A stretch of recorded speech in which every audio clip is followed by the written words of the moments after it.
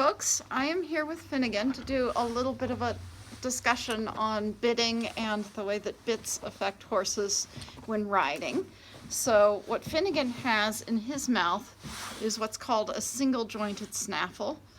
So there's one joint in the middle, and I'll show it to you in a second, that functions. So this rests at the corners of his lips, and if a rider wants to signal, then they add pressure to the rein, which is going to pull on the corner of the lips, and it's also going to have that effect of causing the bit in the middle to break like this a little bit, so there will be a little pressure on the roof of the mouth.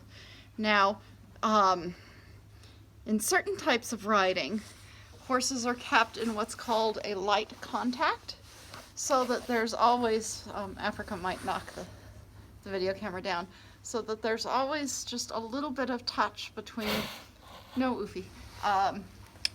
between the rider's hand and the horse's mouth. It shouldn't be a big pull. See, if I pull like that, that gives a reaction. It should just be a contact. Here, sweetie, back up.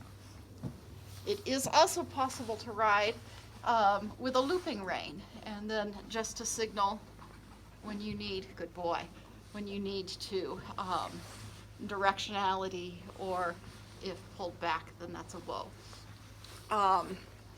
So that's a single jointed snaffle. This is an example of a double jointed snaffle.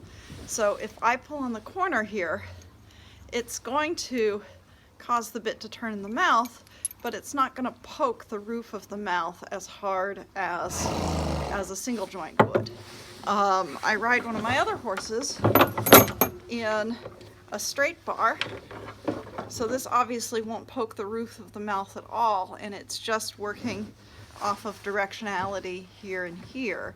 So it's just working on the corner of the lips and not on the center of the mouth. So if I pull Finny's bridle off here, these two straps are basically just there to keep the bridle on the head, mostly if the rider is following. So if I pull Finny's bit off here, you can see if I pull on this, then it makes for, it's going to press on the roof of his mouth, which actually, as I talk about it, he goes well in both this and the double jointed. I may switch him back to the double jointed. The sides here are pretty thick around, so the thicker the sides, the softer the bit. If you get down to something that's as small as, say, my pinky finger, then that's going to be sharper on their mouth and on their tongue than would a thicker bit. So I actually ride in fairly soft bits. What I don't have examples of are bits that are called curved bits.